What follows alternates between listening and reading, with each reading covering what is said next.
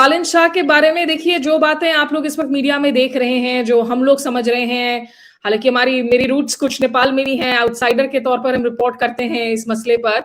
एक तस्वीर दिखाना चाहती हूँ दर्शकों को, जो लोग सोचते हैं कि बालन शाह ये जो अपनी क्विंट एसेंशियल चश्मे के बगैर कैसे दिखते हैं।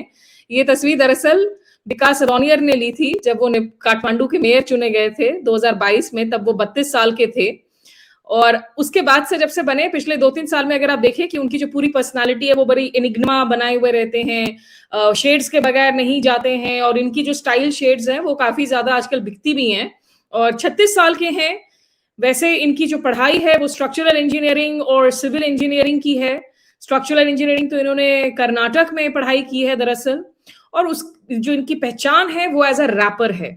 तो अगर Ukrainian president Zelensky was in a way the first जिसको हमने देखा कि रियलिटी डांस शो भी किया है, कॉमेडी भी किया है, वो प्रेसिडेंट बने थे, यहाँ एक रैपर जो है वो प्राइम मिनिस्टर बन रहे हैं नेपाल के।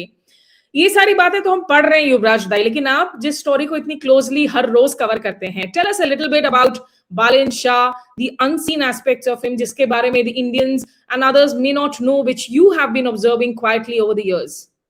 मुझे लगता है Balen in case public life में आए 2021-22 में।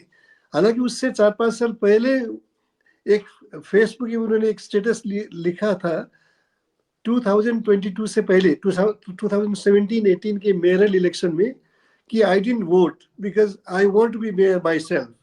जो एक तरह के साइलेंट एम्बिशन तो था। उनका एक प्राइवेट क्लोज ग्रुप था रैपर आर्टिस्ट लोगों का। और क्योंकि बालन के पेरेंट्स थे move from Terai to Kathmandu, वो आयुर्वेद डॉक्टर थे उनके फादर। तो लेकिन बालन इस तरह एडजस्ट हो गए काठमांडू के जो कल्चर है, वहाँ के जो भी फीचर्स है, आर्किटेक्चर, कल्चर, कंपनी, सारा। और Kathmandu own him and he own Kathmandu. He was more part of Kathmandu than most of the people living here. उनका सर्कल वही था। तो लेकिन वो रैपर से जब इंजीनियर, उस समय उनका पहचान एक रैपर के था, लेकिन जब वो पब्लिक लाइफ में आए 2022 में, फिर भी वो एक तरह से रिजर्व बट एम्बिशियस। वो ज्यादा अभी भी इंटायर इलेक्शन के क्रम में बालन ने हार्डली कोई पब्लिक स्पीच दिया होगा। एक रीजन ये भी है बालन क्यों एक्सपोज नहीं है, क्योंकि वो बोलता ही नहीं है। मतलब ऐसे मेयर उन्होंने कुछ काम किया है उसमें, जिसके सफाई काठमांडू का, इसलिए बाहर से टूरिस्ट लोग आते हैं। तो काठमांडू का जो लुक था इट वाज डिफरेंट, बेटर पहले से। और काठमांडू के जो हेरिटेज स्ट्रक्चर वगैरह था उसको मेंटेन किया, पेवमेंट को वाइडन किया। एक ये रीजन है कि ही इज ए डूअर, इस तरह का इमेज तो बनाया। लेकिन एक मेयर होना और एक प्राइम मिनिस्टर होना, लेकिन उससे भी पहले विदाउट एनी पॉलिटिकल बैकग्राउंड एक मेयर के बाद सीधा प्राइम मिनिस्टर कैंडिडेट बनना और वो उसमें सक्सेस होना बड़ा चीज है। लेकिन it's also bigger challenge that awaits him. वो जब प्राइम मिनिस्टर बनेंगे, उनका एक्सपीरियंस, जैसे फॉरेन पॉलिसी की बात है, डोमेस्टिक पॉलिसी, बहुत ही डिफिकल्ट रिलेशन है नेपाल के नेबरहुड में, यूएस। अब Nepal over the years international forces का प्ले ग्राउंड भी बन गया है। इंडिया एक तरफ है, चाइना वर्सेस यूएस है। वो टाइट एक बहुत ही इफेक्टिव बैलेंस्ड पॉलिसी भी मेंटेन करना है। इसलिए चैलेंज बड़ा है, इकोनॉमी ज्यादा है अभी। मैं चैलेंजेस पर बात करने के पहले थोड़ा सा, क्योंकि इस वक्त दर्शक बड़े क्यूरियस होंगे, बहुत सारे लोगों ने शायद नेपाल इलेक्शंस को क्लोजली फॉलो नहीं किया, और इसलिए भी नहीं किया क्योंकि इस दौरान जो है हम देख रहे हैं ईरान, इजराइल, यूएस के बीच में लड़ाई भी चल रही है। और नेपाल इलेक्शंस को लेके लास्ट मिनट तक, मतलब मैं खुद आने की तैयारी कर रही थी Kathmandu to cover the elections. मैं एक दूसरे रिपोर्टर से बात कर रही थी जिन्होंने कहा कि आप टिकट बुक करने के पहले ना 2-3 मार्च तक रुक जाओ, अभी भी नहीं पता कि चुनाव होंगे या नहीं होंगे। 5 मार्च को चुनाव हो गए थे, इस तरह का फियर था, अनसर्टेनिटी बनी हुई थी। इन सब के बीच में बालन शाह के बारे में थोड़ा सा पर्सनल, अगर आप मुझे डिटेल्स जो भी अवेलेबल हो आपके पास में शेयर कर सके। क्या वो सिर्फ नेपाली भाषा में ही बात करते हैं, सिर्फ गोर्खाली कुरा गर्छन्, क्या इंग्लिश हिंदी आती होगी उनको? और उनका जो रैप करियर है, आई थिंक उनका पहला song which really went viral was that बलिदान सॉन्ग। तो क्या वो हमेशा सामाजिक क्रांति, सोशल रेवोल्यूशन के बारे में बात करते हैं? ये अपने रैप, इसलिए उनके उनके इसमें थोड़ा कंट्रडिक्शन यही दिख रहा है।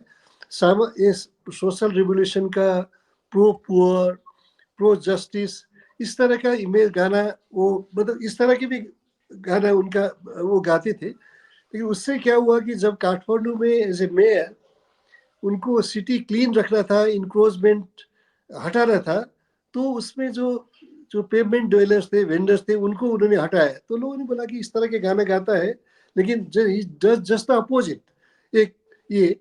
लेकिन लेकिन बालन ने एक काम किया कि he didn't maintain dual standard, जिससे और पार्टी करते हैं ना, ठीक है अपने लोग हैं, अपनी पार्टी के लोग हैं, इनको बचाओ। He didn't do that. और उसने जो इंक्रोचमेंट था उसको हटाया, पेमेंट वेंडर्स को हटाया। और उसमें वो अभी, इससे पहले आपने अनुराग से क्वेश्चन पूछा था ओली के साथ ही क्यों लड़ा, इससे भी कनेक्टेड है। क्योंकि बालन ने अपने political ideology, political hero, inspiration किसी के बारे में कुछ बोला नहीं। लेकिन एक आदमी या इंस्टीट्यूशन जिसके साथ उनका झगड़ा बना रहा हमेशा, वो केपी ओली थे। केपी ओली से बहुत सारे चीज में झगड़ा हुआ। तो इसलिए एक रेज में और एज के कारण भी होगा। उस समय हुआ कि हम पॉलिटिक्स में प्लान्स देंगे, जब दो महीने पहले उन्होंने आरएसपी ज्वाइन किया, और हम ओली के ही अगेंस्ट में लड़ेंगे। क्योंकि इसने जेनजी मूवमेंट को सपोर्ट किया था, जो उस प्रोटेस्ट को, he was not part of it. उन्होंने बोला कि हम आपको सपोर्ट करेंगे। एक ही आदमी था जो पब्लिक पोजीशन में रहकर वो मूवमेंट को सपोर्ट किया था। तो फिर उस समय ओली, और आप इस तरह भी देखते हैं, जिस तरह बांग्लादेश में शेख हसीना थी, उसकी टारगेट नेपाल में ओली थे। तो ओली बहुत ही अनपॉपुलर हो गया था, इसलिए उस बालन ने सोचा कि वो एंगर भी, पॉलिटिक्स में जाने का उनका इरादा भी, और ओली एक इजी टारगेट भी बन गया। उनका बिलीफ भी उस तरह जा रहा था। इसलिए मुझे लगता है कि, और इलेक्शन 6 महीने के, जैसे बांग्लादेश में 18 महीने लगे वो इलेक्शन बनने में, लोग भूल गए थे उस समय की जो भी एट्रोसिटीज है, डेथ कैजुअलिटी वगैरह। यहाँ फ्रेश था। वो जो यंग लोग मारे गए थे, उनके ब्लड, ये उस उनके आग, मतलब ये बिल्कुल फ्रेश था वोटर्स के मेमोरी में। इसलिए बालन को ये सब मिला। एंड बालन ने शायद उसी कारण केपी ओली को एक टारगेट के रूप में मतलब उनको चैलेंज किया। हालांकि जेंजी प्रोटेस्ट के दौरान, क्योंकि बालन शाह की, जैसे आपने कहा कि he does not means his words, बेबाकी से बातें रखते हैं, जो एक बड़ा तबका है नेपाल में जिनको पसंद भी आता है। They think that it's at least some fresh breath of air in Nepal's old very polarised politics. और प्रोटेस्ट जब हो रहे थे तब बालन शाह जो हैं वो खामोश ही बैठे थे। जब केपी ओली ने रिजाइन किया तो फाइनली उन्होंने सोशल मीडिया पर लिखा कि जिस इंसान की वजह से लोगों की जान गई, उन्होंने रिजाइन कर दिया, अब आप लोग शांत हो गए। तो क्या इन प्रोटेस्ट के कोई ऐसी एविडेंस है कि जो प्रोटेस्ट ऑर्गेनाइज हो रहा था उसको क्या लीड भी बालन शाह कर रहे थे? नहीं, लीड तो नहीं, लेकिन बालन शाह ने क्लियरली, एक आदमी, मैंने बोला कि एक आदमी था जो क्लियरली उसको सपोर्ट कर रहा था। उन्होंने अपने स्टेटस में, सोशल मीडिया स्टेटस में लिखा था कि हम जेनजी एज ग्रुप से बिलोंग नहीं करते हैं, लेकिन हम सपोर्ट करेंगे। This was a clear words that he used to support the movement. लेकिन अब उसके बाद वो जो हुआ 2 दिन, सितंबर 8 और 9 में जो हुए ट्रेल ऑफ डिस्ट्रक्शन, सारे business houses, government offices, parliament, judiciary, और ये एग्जीक्यूटिव चीफ का बिल्डिंग, ये सब जला दिए गए। उसका अकाउंटेबिलिटी अभी तक फिक्स नहीं। गवर्नमेंट ने इन्वेस्टिगेशन किया ही नहीं। गवर्नमेंट ने पहले दिन का इन्वेस्टिगेशन किया for the repression and death of those people. लेकिन वो रिपोर्ट भी सुशीला कार की गवर्नमेंट ने, जब कमीशन 1 महीना के लिए अपॉइंट किया गया था, मुझे लगता है कि पॉलिटिकल रीजन से इलेक्शन में किसी तरह का डिस्टर्बेंस ना हो, तो उन्होंने वो रिपोर्ट को अभी तक बाहर नहीं लाया है। ऐसा अभी आज केपी ओली ने कुछ लोगों को जो उनसे मिलने गए थे उनके पार्टी के लोग, उनसे कहा कि गवर्नमेंट अब हमको अरेस्ट करना चाहती है इस रिपोर्ट के बेसिस में, करप्शन और वो भी चीज है। लेकिन सुशीला कार्की जो प्राइम मिनिस्टर थी इंटरिम, इसमें उन्होंने 2 चीज किया। उन्होंने किसी तरह बहुत सारे कॉम्प्रोमाइजिंग इस तरह का डिसीजन उन्होंने लिया, जिसके कारण ये रिपोर्ट भी अभी बाहर नहीं लाया गया। इसलिए मुझे लगता है कि उसका एक फिर पॉलिटिकल फॉल आउट होगा किसी तरह का। हालांकि अभी आरएसपी गवर्नमेंट एब्सोल्यूट मेजोरिटी में नियर 2/3 मेजोरिटी होगा ऐसा लगता है, लेकिन वो पॉलिटिक्स इतना स्मूथली आगे नहीं जाएगा, वो फियर है। अभी तक सुशीला कार्की गवर्नमेंट ने जो करप्शन, उनका एक बैंड ये भी था, उनको असाइन किया गया था कि आप करप्शन एट हाई प्लेसेस को इन्वेस्टिगेट कीजिए, उन्होंने नहीं किया। तो युवराज दाई, आपको आवाज मिल रही है मेरी? हाँ, मैं ये भी पूछना चाहूंगी आपसे कि ये जो आरएसपी को इन्होंने ज्वाइन किया, राष्ट्रीय स्वतंत्र पार्टी को, क्योंकि जैसा आपने कहा कि शुरुआती रूप में जब ये रैपर थे, ये सारे पार्टियों के खिलाफ ही खुलकर बोलते थे, पर RSP is not an independent party जो इन्होंने बनाई। RSP was already existing in the structure जिसको भी वो क्रिटिसाइज कर रहे थे, if I am not mistaken. तो आरएसपी के अंदर में बेंच स्ट्रेंथ कितनी है इस वक्त? क्योंकि जो टीम ये बनाएंगे, जो कैबिनेट ये बनाएंगे, उसमें क्या इस तरह की बेंच स्ट्रेंथ है इनके पास में? अच्छे लोग हैं, अच्छे चेहरे हैं जो इनको एडवाइस कर सके सही मायनों में गवर्नेंस पर? इसमें दो, एक तो ये देखना पड़ेगा, ये फैक्ट है कि आरएसपी 4 साल पुराना पार्टी है। लास्ट टाइम जब इलेक्शंस हुए थे उससे 3-4 महीने पहले ही कुछ यंग एम्बिशियस और पॉलिटिक्स में इंटरेस्टेड यूथ लोग, जो सक्सेसफुल और एम्बिशियस बोलते हैं, मोस्टली बिलो 50, वो लोग आए। रवि लामिछाने जो एक टेलीविजन एंकर थे, उनके लीडरशिप में यह वेरी विजिबल पॉलिटिकल एम्बिशन। तो उस समय भी एंगर था पुराने पार्टी के अगेंस्ट में, तो उसका बेनिफिशियरी 3-4 महीना पुराना पार्टी को अच्छा सक्सेस मिला कि it was number 3 in number 4 Congress, UML, Maoist, उसके बाद आरएसपी थे। अब इस बार क्या हुआ कि आरएसपी पे रवि लामिछाने जो उसके लीडर थे, अभी भी चेयरमैन है आरएसपी के, उन्होंने गवर्नमेंट ज्वाइन किया under Oli, under Prachanda. They fell out for different reasons, लेकिन रवि का कहना यह है कि मैं करप्शन के अगेंस्ट जा रहा था, I was going to open the file, इसलिए उन लोगों ने मुझे फ्रेम अप किया। ये कोऑपरेटिव स्कैम्स बोलते हैं, कोऑपरेटिव केसेस में वो काफी जेल में अभी भी केसेस बेल में है, वो इलेक्शन लड़ रहे हैं। इसलिए वो अब ये सर्वाइवल की जो लड़ाई है ना, इसमें ये आरएसपी का एक्सपेंशन, उनके रवि के सर्वाइवल का भी लड़ाई था, पॉलिटिकल सर्वाइवल का भी लड़ाई था, इसलिए वो एक्सपैंड करना चाहते थे थोड़ा कंप्रोमाइज करके। हालांकि कंप्रोमाइज की नेचर रवि का भी नहीं है, बालन का नहीं, वो एक प्रॉब्लम हो सकता है, स्ट्रॉन्ग पर्सनैलिटीज क्लैश हो सकता है। लेकिन 2 महीने पहले इन्होंने क्या किया, जब मिड टर्म सितंबर में तो मिड टर्म पोल अनाउंस हुआ, उसके बाद बालन को इन्होंने अप्रोच किया, जेएनजी वालों ने अप्रोच किया, और सुशीला कार्की भी जो प्राइम मिनिस्टर, वो भी आरएसपी के तरफ टूवर्ड्स बहुत ही फेवरेबल डिसीजन दिए। उनके 4-5 लोग उनकी मिनिस्ट्री में थे। इसलिए हालांकि प्राइम मिनिस्टर ने बोला कि न्यूट्रल गवर्नमेंट होगा, किसी पार्टी से एफिलिएटेड लोग नहीं होंगे, लेकिन उन्होंने अपने पार्टी एफिलिएशन अनाउंस नहीं किया और कैबिनेट में बने रहे। इसलिए आरएसपी को उस मिनिस्ट्री से भी एडवांटेज मिला। तो जब डोमिनेशन फाइल करता था तभी उन लोगों ने रिजाइन किया, एक ये हुआ।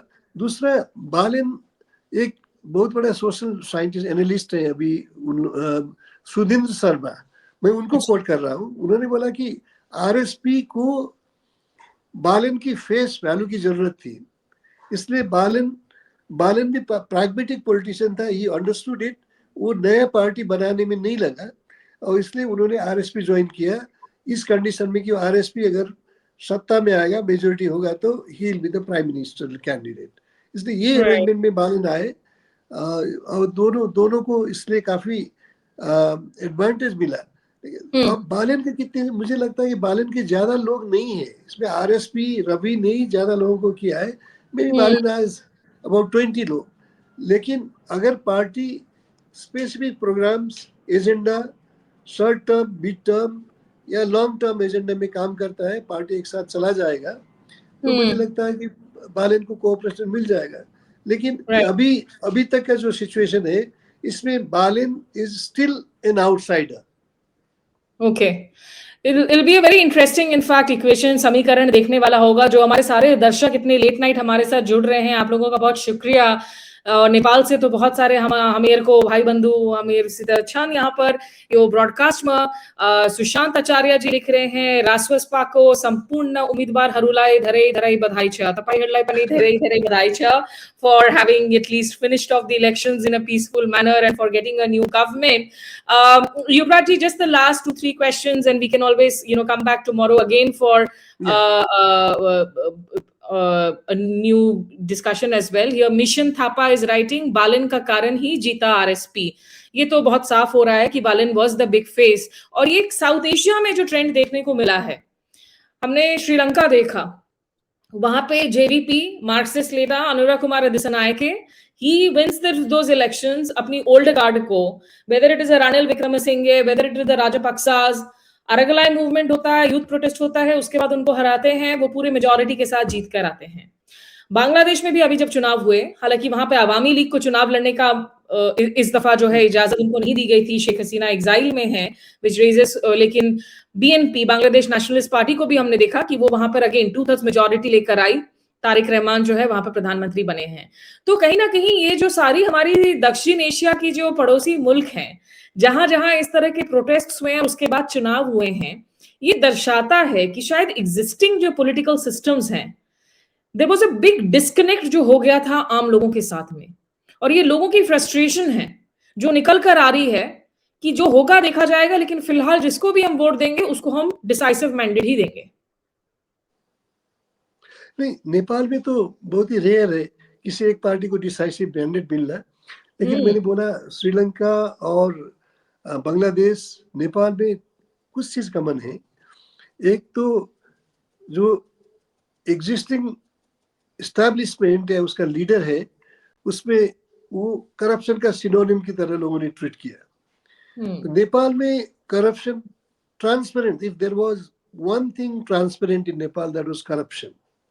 इसलिए तो अब उस करप्शन में भी 3 मेजर पार्टी के लोग, यूएमएल, कांग्रेस और माओइस्ट, जो लास्ट 20 ईयर्स से गवर्नमेंट में मोनोपोलाइज किया है रोटेशनल लीडरशिप या कोएलिशन जो भी है, इस तरह से उन तीनों को लोगों ने एक तरह से करप्शन का सिंबल माना. और अभी इलेक्शन पे भी उसके आउटकम दिखे.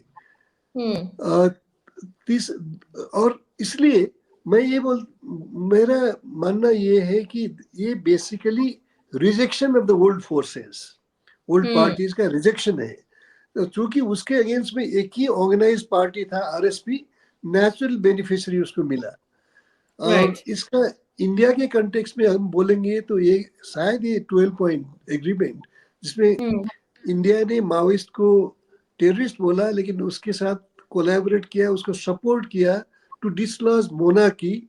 और इंडिया ने 2 चीज लूज की. इंडिया के ट्रेडिशनल एलाइज मोनार्की था, नेपाली कांग्रेस था.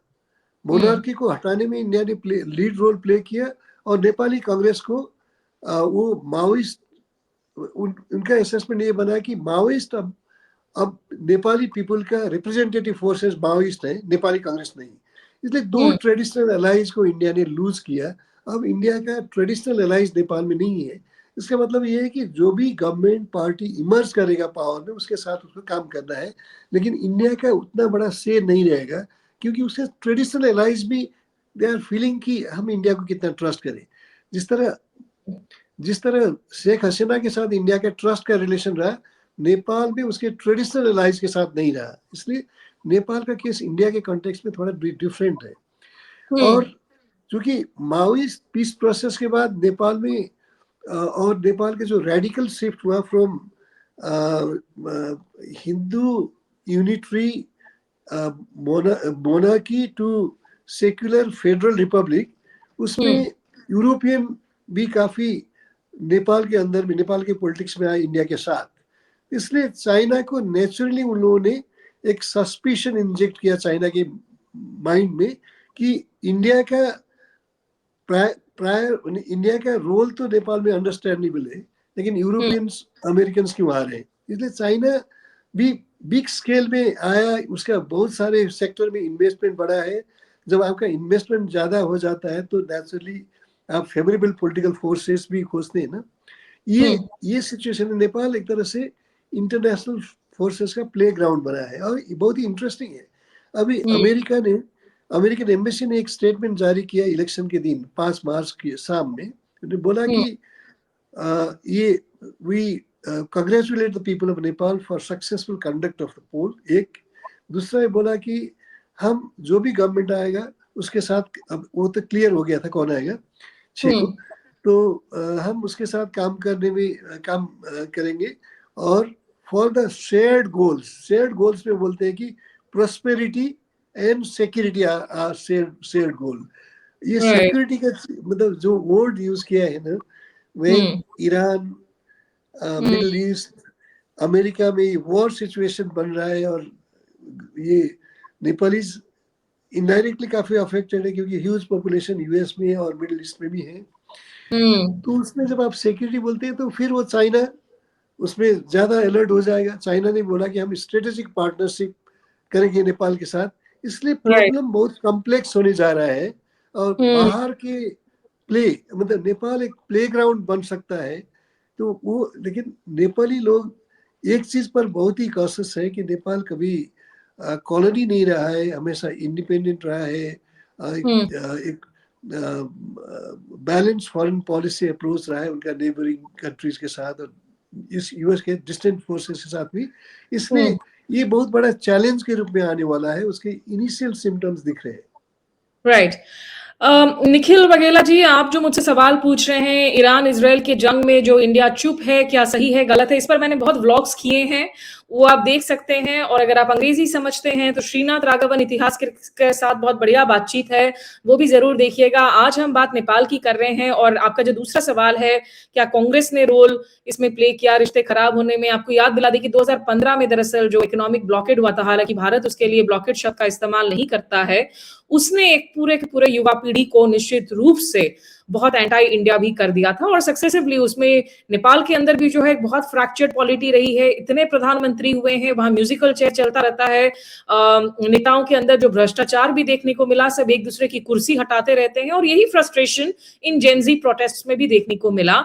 युवराज दाई, आपसे लास्ट क्वेश्चन पूछना चाहूंगी इस वक्त कि बालेन की फॉरेन पॉलिसी को लेकर कोई क्लैरिटी है उनकी घोषणा पत्र में, उनके मैनिफेस्टोज में? जैसा हमने देखा कि बीएनपी के तारिक रहमान ने कहा हम पपेट रिजीम नहीं होंगे, इंडिया चाइना कोई भी हो हम इक्वल डिस्टेंस रखेंगे, अपनी हम संप्रभुता सॉवरेनिटी रखेंगे। फॉरेन पॉलिसी को लेकर इनकी मैनिफेस्टो में क्या कहा गया था? नहीं, ये इसमें नेचुरली फॉरेन पॉलिसी में एक तरह से कंटिन्यूटी का ये है। उन्होंने ये बोला कि बैलेंस्ड पॉलिसी एडॉप्ट करेंगे विथ म्यूचुअल रिस्पेक्ट। लेकिन वो मैनिफेस्टो इलेक्शन से 4 दिन पहले, इन लोगों के पास हार्डली टाइम था, 4 दिन पहले इन्होंने वाचा पत्र प्लेस पेपर करके निकाला है। लेकिन रियल चैलेंज लोग उनको फॉरेन, उनके मैनिफेस्टो में क्या लिखा है इसके आधार में चैलेंज नहीं करेंगे। कल वो किस तरह से कंडक्ट करेंगे फॉरेन पॉलिसी, वो ज्यादा, क्योंकि बहुत ही कॉम्प्लिकेटेड मामला है। बीआरआई में नेपाल ने साइन किया है, एमसीसी जो नेपाल कम्पैक्ट वो आगे बढ़ रहा है अमेरिकन इसका, और इंडिया ने वार्न किया है नेपाल को कि बीआरआई में जाओगे तो डेट ट्रैप में फंस जाओगे, इस तरह का है। और नेपालियों का एक लास्ट 20 ईयर्स का खास तौर से हमने देखा कि Nepal is always very generous in signing international commitment agreement treaty, और उसके बाद सोचने लगेंगे। तो बीआरआई साइन किया 2017, अभी तक आगे नहीं बढ़ा है। मतलब जो चीज पहले सोचना चाहिए ये नहीं सोचते हैं, इसलिए ये चैलेंज। लेकिन ये गवर्नमेंट का कमिटमेंट है तो बालेन ये भी इससे बाहर नहीं जा सकते हैं, तो इसलिए ये चैलेंजेस है। वो मैनिफेस्टो में क्या लिखते हैं, लेकिन ये रियल चैलेंजेस है। और किस तरह से एक नेपाल के नीड में, नेपाल के इंटरेस्ट से गाइड होकर ये फॉरेन पॉलिसी को परस्यू कर सकते कि नहीं, पार्टनरशिप परस्यू कर सकते नहीं, ये उनके लिए मेजर चैलेंज होगा। अभी रवि लामिछाने जो आरएसपी के चेयरमैन है, उन्होंने अपने विक्ट्री उसमें एड्रेस करते हुए बोला कि फॉरेन इन्वेस्टमेंट को हम वेलकम करेंगे, आपके लिए हम कंड्यूसिव एटमॉस्फेयर करेंगे, क्योंकि जेएनजी प्रोटेस्ट के बाद ये चला है ना, बहुत सारे होटल चले हैं, इंडस्ट्रियलिस्ट बिजनेस हाउसेस चले हैं, तो इसलिए भी किया होगा। लेकिन उनके लिए एक बहुत सारे इंटरनेशनल कम्युनिटी को भी कन्विंस करने का चैलेंज है कि we do welcome this kind of investment. यहाँ सहज और नॉर्मल परिस्थिति रहेगा, that they have to prove. यहाँ मैं दर्शकों को बता दूं कि आज प्रधानमंत्री मोदी की तरफ से एक ट्वीट किया गया था और उसमें नेपाल के लोगों को बधाई दी गई कि आप लोगों ने जो इलेक्शंस किए, इसमें ही रोट। और ये शाम 4:38 इंडिया टाइम 4:38 PM पर ये ट्वीट आया। I warmly congratulate the people and government of Nepal on the successful and peaceful conduct of elections. It is heartening to see my Nepali sisters and brothers exercise their democratic rights so vibrantly. This historic milestone is a proud moment in Nepal's democratic journey. As a close friend and neighbor, India remains steadfast in its commitment to working closely with the people of Nepal and the new government to scale new heights of shared peace, progress and prosperity. तो यह निश्चित रूप से सरकार इंतजार कर रही है कि थोड़े से ऑल ऑफिशियल रिजल्ट्स जो हैं वो अनाउंस हो जाए, उसके बाद औपचारिक रूप से जो है बधाई दी जाएगी बालन शाह को। भारत की एक पॉलिसी तो है कि भाई जो भी सरकार बनाए हम उसके साथ काम करेंगे। फाइनल क्वेश्चन, आज इस वक्त बालन शाह की आप झापा से काठमांडू आ चुके हैं, जो बिल्डिंग्स वगैरह सिंह दरबार वगैरह में भी आगजनी हुई थी पिछले साल, क्या वो बिल्डिंग्स तैयार हैं नई सरकार के ऑपरेशंस के लिए, फंक्शनिंग के लिए? वो कहाँ से काम करेंगे और बालन शाह कब प्रेस से मुखातिब होंगे, इस पर कोई जानकारी मिली है युवराज भाई?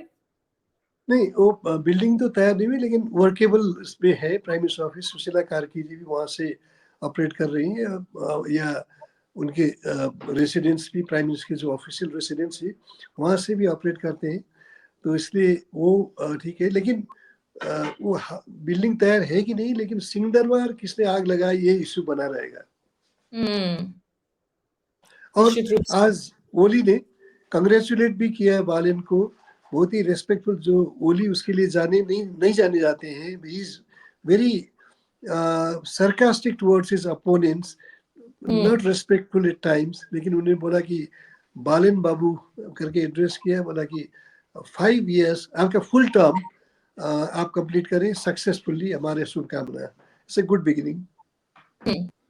बिल्कुल। एक इनफैक्ट मैं वो ट्वीट की फोटो भी दिखा देना चाहती हूँ थैंक यू करने के पहले, जो शाम में 7:38 PM नेपाली टाइम पे केपी शर्मा ओली ने किया है। इट्स अ हेल्दी प्रैक्टिस, क्योंकि जिस तरीके के हालात में ये चुनाव हुए, जिस तरह के हालात में केपी शर्मा ओली को रिजाइन करना पड़ा था, और निश्चित रूप से उसमें जो सबसे बड़े सवाल खड़े हो गए थे कि क्या एक पूरी की पूरी ओल्ड गार्ड की डिस्कनेक्ट है इस वक्त लोगों के साथ में, लोगों का विश्वास, सिविल सोसाइटी कॉन्ट्रैक्ट जो है वो टूट गया है।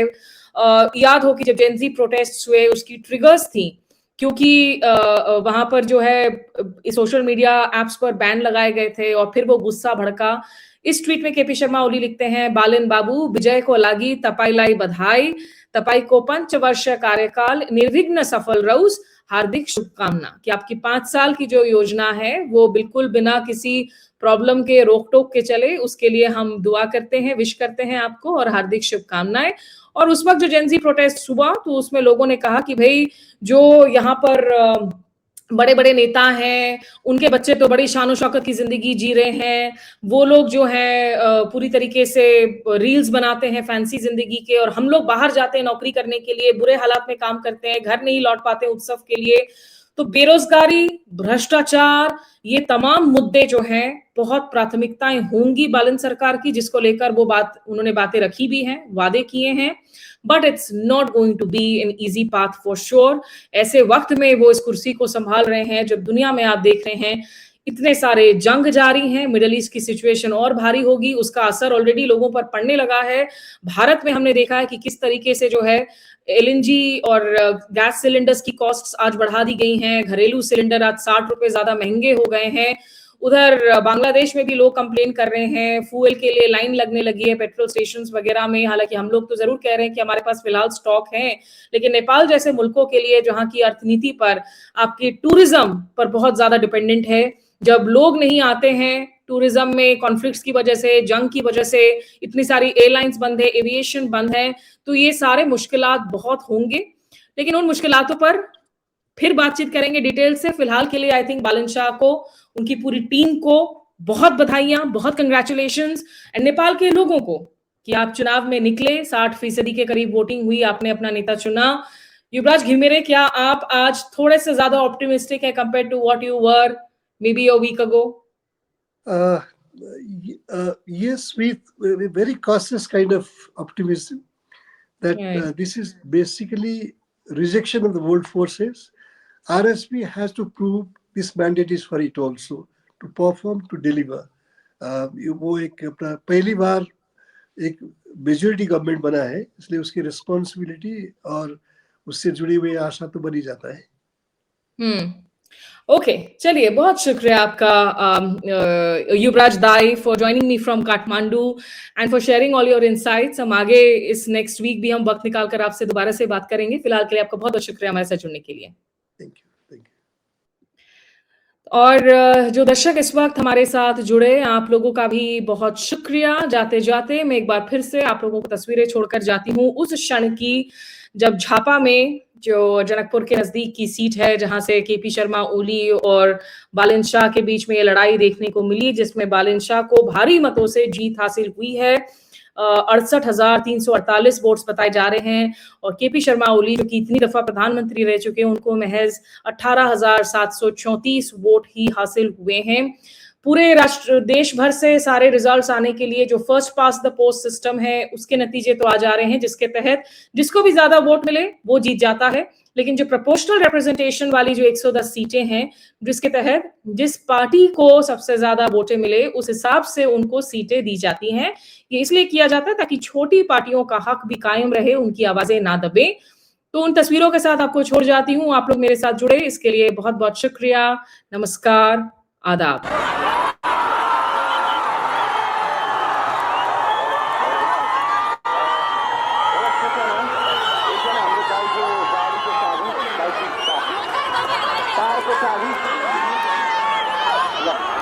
उम्मीदवार केपी शर्मा ओलीको सूर्य चिन्हमा 16,350 मत, उम्मीदवार इन्दिरा चिमरियाको रूप निर्वाचन चिन्हमा 1,627 मत, नेपाली कम्युनिस्ट पार्टीका उम्मेदवार रञ्जित तामाङको 5 कोणे तारा निर्वाचन चिन्हमा 1,327 मत, राष्ट्रिय स्वतन्त्र पार्टीका उम्मेदवार बालेन्द्र शाहको घण्टी निर्वाचन चिन्हमा 59,000।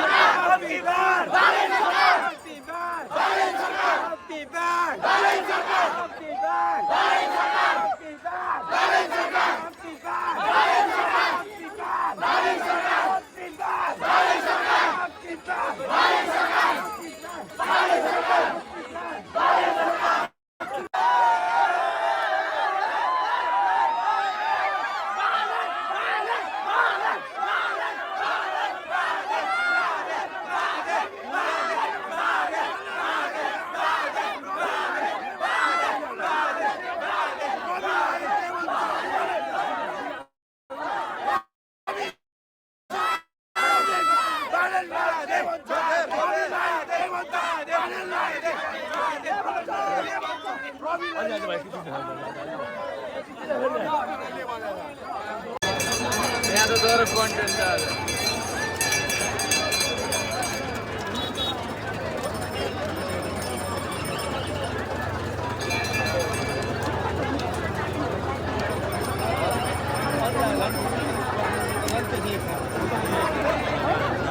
बदर मत 90,193 रहेको छ भने बदर मत 3,754 रहेको छ।